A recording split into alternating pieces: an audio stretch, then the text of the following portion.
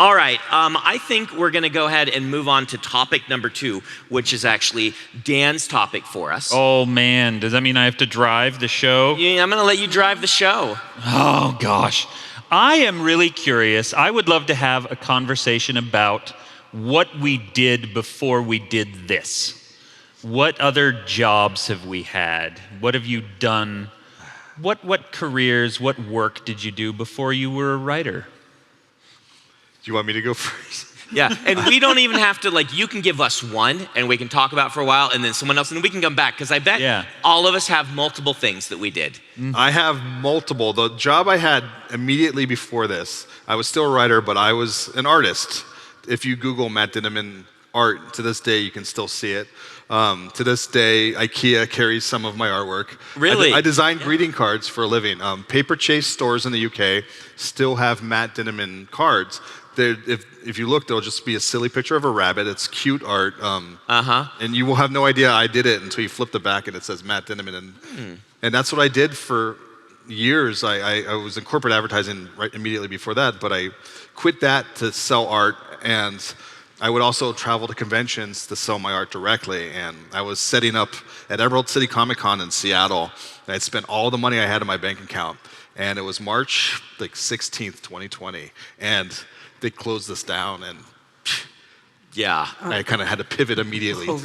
Having an advertising background's got to be handy for you, though, right? It has been a little bit. It was an aviation advertising, which is different. It's mostly magazine-based. Okay. So like that magazine you get in the back pocket when you're... No, these are like these weird trade magazines that only go out to like 200 people, and it's like 10,000 a year to subscribe to them. Okay. And then we would sell avionics, and I would design ads. Oh, somebody got your magazine. Yeah. Of all the things to get excited about. But I mean, I was a telephone psychic. I was. Wait. What? Okay. Wait. We're going That back cannot to that. be one clause of a sentence. That needs to be several sentences. Ooh, this is gonna be good. I have had multiple jobs. Typical artist. I'm a musician as well. So, I mean, I was disappointing my parents in so many different ways. Wait, telephone psychic? They can't be disappointed in that. Who gets? You would think. Yeah. No, I was going to the University of Arizona, and I had changed my major so many times. My parents were like, "You know what? You're going to stick to something, or we're not going to pay for it anymore." Because I was like a forever senior, and I had just switched from creative writing to education. And I had to pay for it, and I was walking through campus, and I saw one of those things that said, phone work, easy, and I pulled the thing, and they asked me, and I said it was via email, and this was in 1998, and they asked me, are you male or female? And it wasn't until later that I realized that if it was female, they would have asked me to do something different. But they asked me to say, what do you know about tarot cards? And I'm like, hey, I have a deck of Rider. I don't believe in any of that stuff, but I know how to read them. They're like, good, we're sending you a package. And they sent me a headset thing, and they installed a second telephone line, and I was working for Miss Cleo. Whoa. Actual Miss Cleo. Yeah. Wow. And I had no training whatsoever. Really?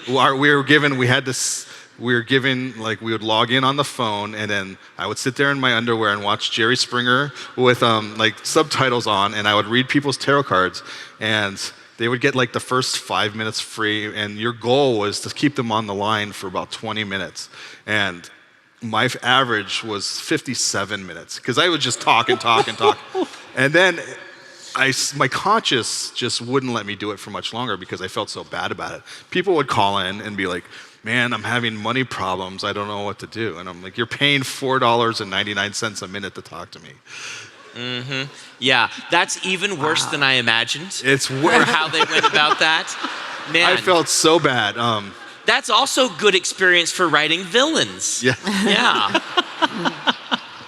And then I did student teaching, and I decided I didn't want to do that. So I thought I would find an easy job. So I started working for Child Protective Services. And for the state of Arizona, and I burned out of that immediately. It's a job someone needs to do, but it's just So, and then I went bang, bang, bang. Daily newspaper. I lied about knowing Photoshop to get a job as an obituary editor at a daily newspaper. What?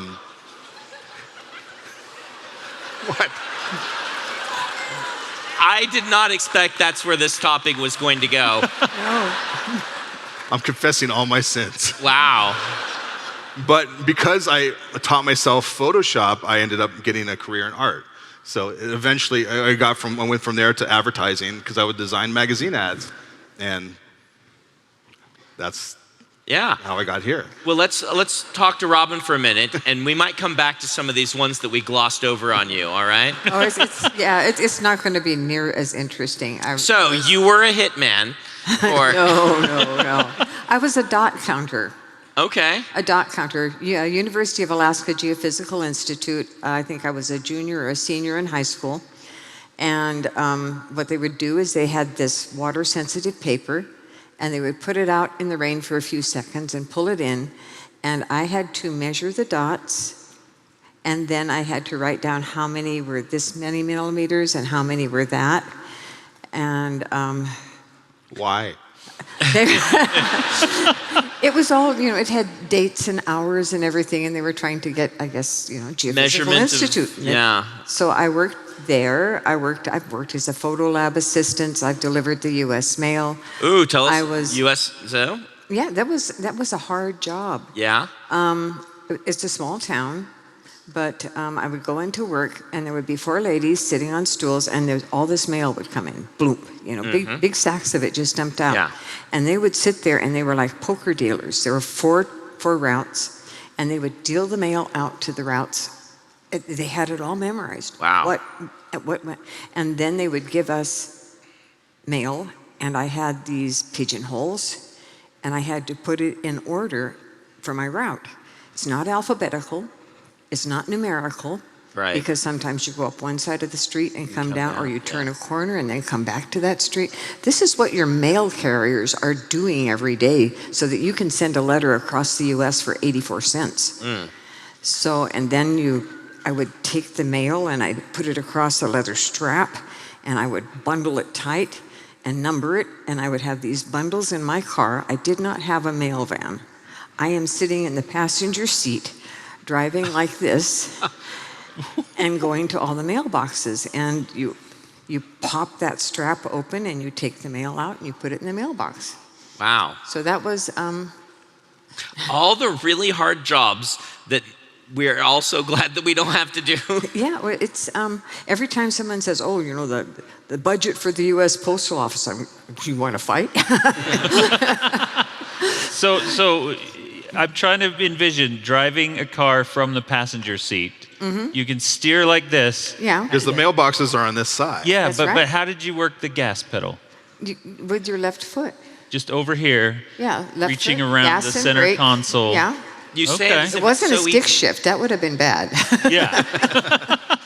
With your third foot. Yeah. Okay. Yeah. Okay. You make it sound so easy. Well, and then I worked as a waitress at, sincerely, this was the name of the restaurant. I hope I don't offend anybody. Sambo's Pancake House. Okay. I worked there. I worked at Sears selling clothing and shoes. Okay.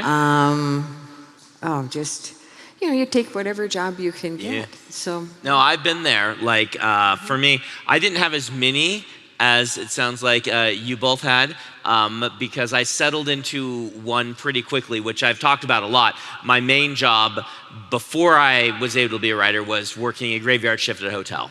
I would sit and I would write at the front desk computer, and I did that for years. While I was writing my books, I got paid to write them, essentially, because it was Provo, Utah, not a hot spot for nightlife, right? About 7:30, everybody's like, well, it's getting late in Provo. So, the hotel right off of BYU campus, not a lot of walk-ins after about 11, and I got there at 10:30. And so I would write. But we talk about phone stuff, like, there but for the grace of God go I. I lost my job, my student job at college. I'd worked at a library, and I got fired. Well, Yes, sounds so dramatic. Really, what it is they hire 3 people for 2 positions, but they hired them for 3 weeks, and then they let one of them go. And I was the one that got let go, and I'm actually kind of glad they did, because I got a job at the library thinking I'll help people find books. But the job for that library at the university was actually more research assistant than it was librarian. Meaning my job every day was to take a magazine and go look and see. It was all the new books that had come out in certain fields for some of the professors, and you were supposed to circle the ones that that they had, or X the ones that the library had, and circle the ones it didn't have. And that was mind-numbing, right? Here I thought I was going to be like, oh, you want to find a book? I thought I was going to be a bookseller, right? I thought I was going to be helping people like librarians do at like a community library or like a school library. And instead it was hours and hours of searching through these things. And they could tell I didn't like it. And I obviously was not terribly accurate because they're like, yeah, we checked up on you, and you're missing some of the ones we had. And it was these old arcane systems back in the late 90s for searching, it's like the first library systems on computer. Anyway, it was miserable. But I got let go from that, and I was surprised. I'm like, I need a job, right? You take what you can get. I have to put myself through school. What can I do? And there was one of those little things. Phone line work, come in, and they're always hiring. And this one, I'm not sure whether this would have been as soul-crushing, but it was raising money for the university, I believe, right? It was the calling anybody who had ever given them any amount of anything and trying to guilt them into giving more was what the job would be. And I am good with communication. I'm good at chatting with people. And so I went in and did the test, and they're like, woo, you're gonna be good at talking people into giving you money. And I'm like, oh, I'm gonna hate this, aren't I? I'm gonna find this miserable. But I had applied for the graveyard shift job at the same time, and they're like, we're not sure, if the person who's, we're interviewing, but the person who's doing it might not actually leave. We don't know if you'll get it. And I got the call immediately on the phone line thing. And they're like, you have to get back to us by this day. And it was like, I waited and I waited and I waited. And like, seriously, only a few hours before I had to say yes or no, I got the other job. And it paid worse, but I didn't care. I'm gonna go to the hotel. And there I actually did get to help people. Like most of what I did was people calling, they're like, hey, I need towels. And I'm like, I can bring you towels. That I can do. I can make your experience at the hotel better. And then I got to write books. It was actually really nice for me. Mm-hmm.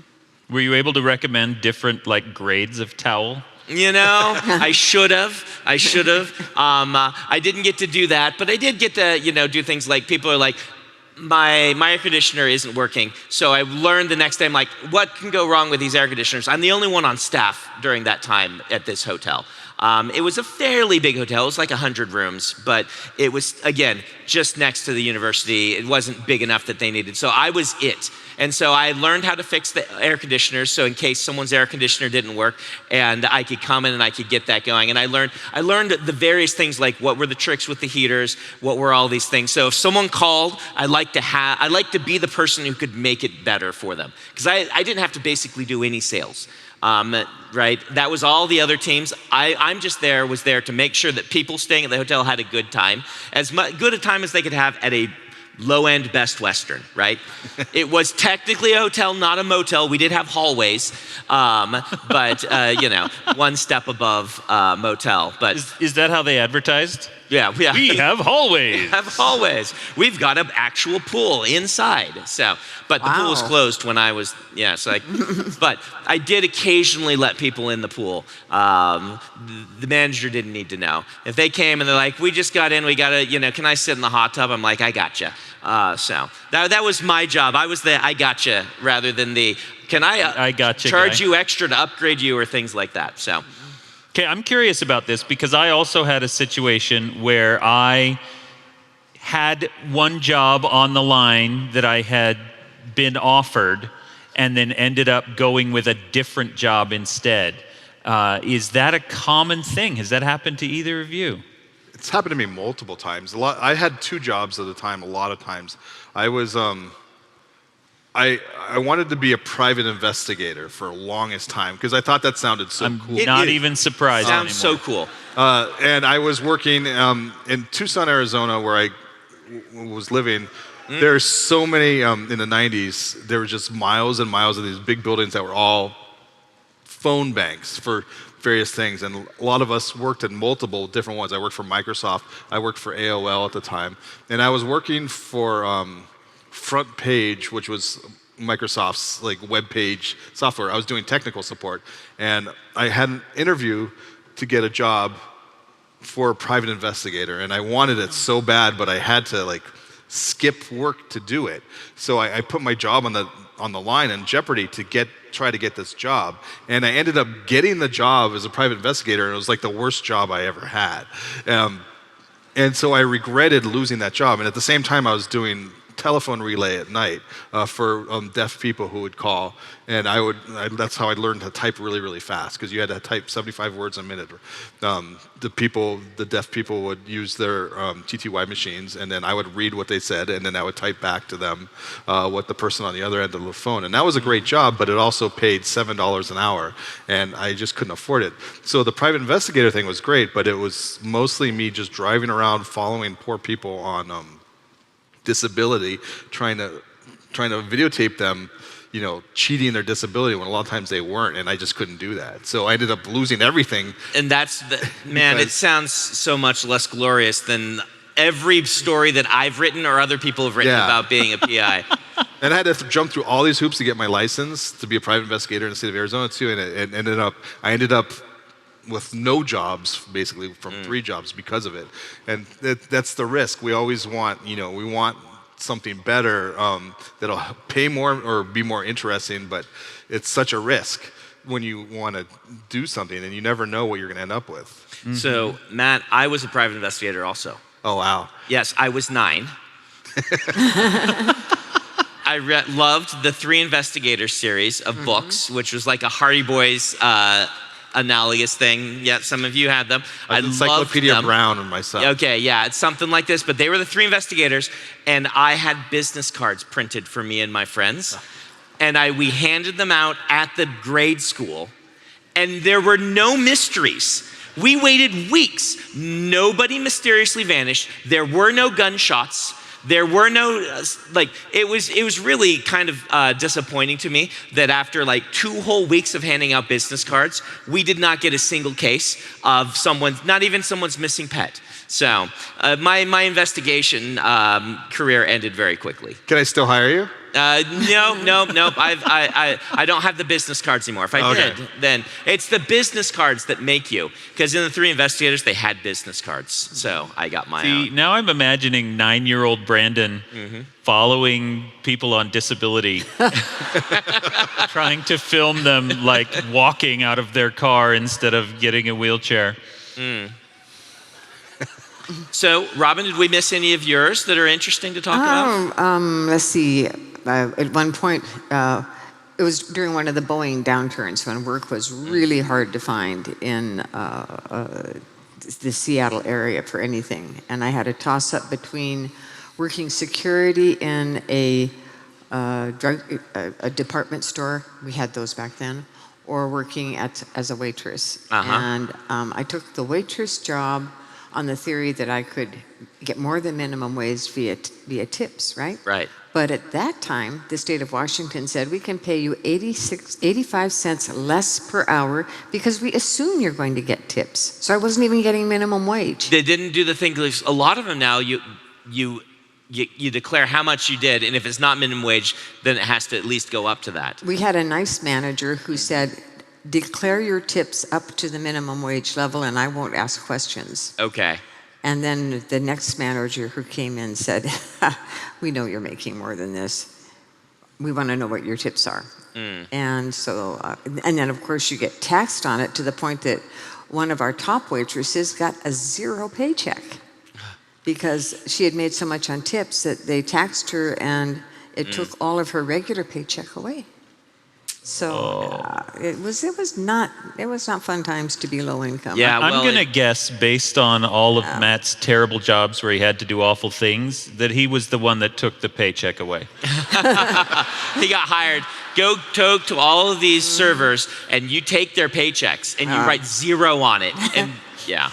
No, the nice manager was actually a fellow who had worked as a sheet metal supervisor for Boeing, got laid off, and he ended up managing a restaurant. He knew nothing about it. And the waitresses who were really experienced were actually saying, okay, this is what you've got to do. You've got to put us on the schedule. Don't seat all the people in one section. You pass them out. So that it was, Sounds a lot like how Scar references the brand new lieutenant who's coming in and the grizzled sergeants who actually know how things are run. Oh, it's, Dan, we haven't really talked about yours, and I know for a fact you had some interesting jobs.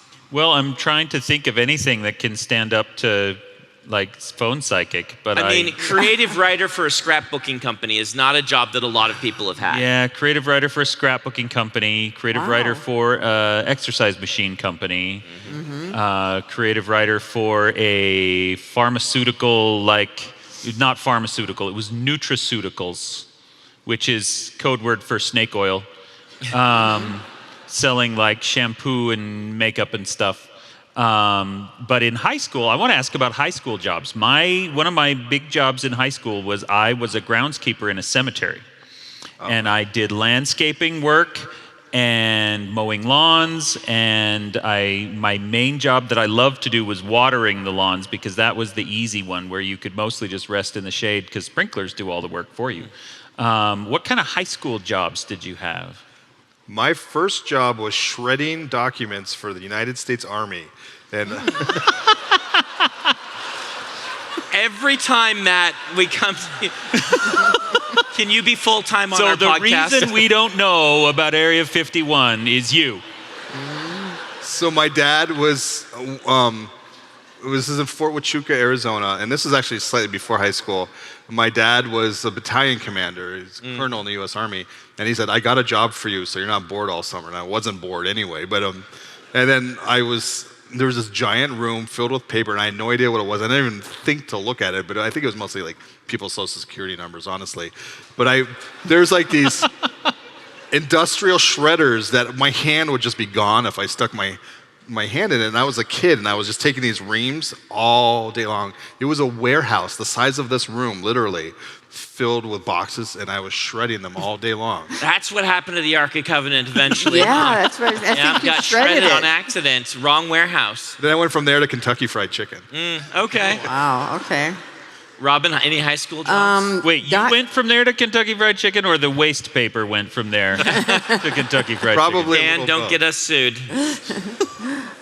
The dot counter job was a high school job, but I also did door-to-door political surveys in Fairbanks, Alaska, which means door-to-door there's a door, and 3 acres away there's going to be another door, and nobody wants to talk politics with a 15 or 16-year-old standing there, hopefully with a sheaf of paper, and it's none of your business. Okay, sir. But I only got paid per completed survey. Oh, no. Yes. So, it was That's bad. miserable. Yes. Yeah, I did political surveys as well. One of my jobs, I worked in a telephone bank, and we did calls. And fortunately, I didn't have to do any sales calls. It was all political surveys, and they were for like local elections on the other side of the country. So I grew up here in Utah, and I was calling places like Tennessee to ask questions about their city council people. So it wasn't anything I had a vested interest in, and nobody cared. And everyone got mad at me. Yeah. I don't remember anyone who was ever happy to have someone say, again, a 15, 16-year-old kid saying, hey, so can I ask you some political questions? This is hilarious because I did that too. Really? Like, seriously. I don't know if my mom is here because she's at the con. I was over summer one time in high school, maybe early college. She said, your uncle's running for mayor. and he needs people to do phone call political surveys for him. And I told him yes for you. And I'm like, oh, thank you, Mom. She's like, you need the money. And I'm like, no, I don't. But so I went and did that. I remember almost nothing about it except I once got someone who wasn't mad at me. It was a kid. I'm like, oh, is your dad there? And the kid's like, oh, Daddy's in the shower. I'm like, okay, is your mom there? And the kid said, oh, Mommy's in the shower with him. I still remember that. I'm like, well, that's good. Thumbs up to that. I won't bother them anymore. We'll call the next person online. We got to move on, but I also have one more thing I want to say to you, Dan. Okay. Groundskeeper at a graveyard. My son, Dallin, has a bone to pick with you. Oh, So, literally. yes. So when we went to my grandmother's funeral, and he was 5 or 6, he was really excited to go to the funeral, like weirdly excited. We're like, you understand, grandma, great grandma's passed away. He's like, yep. And we're gonna go to the graveside, thing. We're gonna just take him only to the graveside, and he's so excited. And we drove up and we're watching him, and he was at the window like this, watching. And then his face fell, and he said, "Where are the hands?" We're like, the hands? And he loves zombie stuff, and even to this day, and all of them have a hand reaching out of the grave that's like, Plants vs. Zombies. If you played that, there's like a hand that comes out. He was expecting that people got buried with one hand out of the grave, and he was so excited to see all of the graves with the hands out so he could see like the skeletons and things like that, and he didn't see a single one. To this day, he's mad about that. He's 14 now. Okay, well, tell him I only buried one person, and I wasn't allowed to leave their hand out. But the guy operating the backhoe did throw his big gulp in on top of the coffin before he buried him. Oh, wow. And you thought I was bad. Oh, yeah. Oh, dear. And he was like, get that strap that fell in. And I'm like, how can I reach it? It's way down there. He's like, just jump in on top of the coffin. I've seen that But movie, it's too. got the cement thing on top of it. They put them inside the cement boxes. So Okay.